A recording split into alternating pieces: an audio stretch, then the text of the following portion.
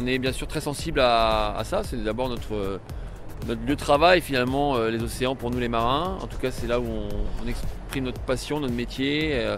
Et on a envie que, bien sûr, que cet espace incroyable soit préservé et qu'on n'ait pas cette pollution qui se développe, comme on peut déjà le voir depuis pas mal de temps. C'est sûr que nous, on est souvent les premiers témoins de ce qu'il peut avoir comme pollution au large. Voilà, les sacs plastiques qui traînent dans l'eau, les objets flottants, voire des fois des pollutions même un peu plus importantes. Donc nous on essaie de témoigner de ça quand on est sur des départs de grandes courses, bien sûr, pour sensibiliser les gens sur le fait d'être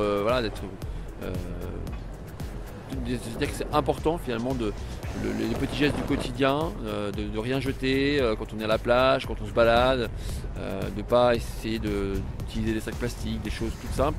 Voilà, de faire attention finalement. C'est grâce à ça finalement que ces petites choses vont permettre de faire des grandes choses.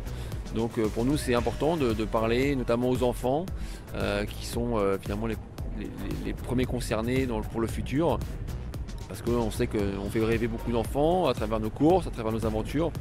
Et de les sensibiliser à ça, je pense que c'est aussi un bon moyen pour l'avenir de notre planète. On a depuis peu de temps les sargasses qui sont un fléau un petit peu au niveau des Antilles, de la mer des Caraïbes, qui se développent de plus en plus. Et finalement maintenant on en voit aussi du côté de l'Afrique, quand on navigue au large du Cap-Vert, quand on se rapproche de l'équateur.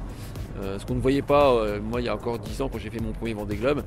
Donc c'est malheureusement lié à la déforestation, c'est lié à l'action de l'homme sur l'environnement qui va engendrer un phénomène anormal directement sur la mer et qui fait une pollution visuelle qui va créer sûrement d'autres problèmes pour l'écosystème, pour le milieu marin. C'est comme sur un bateau, nous on est très vigilants sur la performance, on essaie de gagner des petits grammes par-ci par-là, mais mis bout à bout, ces petits grammes ça se transforme en kilos, en dizaines de kilos, et ça va dans le bon sens pour la performance d'un bateau.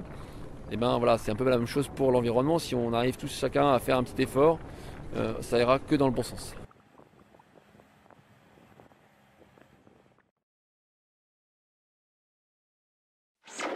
Retrouvez tout France Bleu sur francebleu.fr.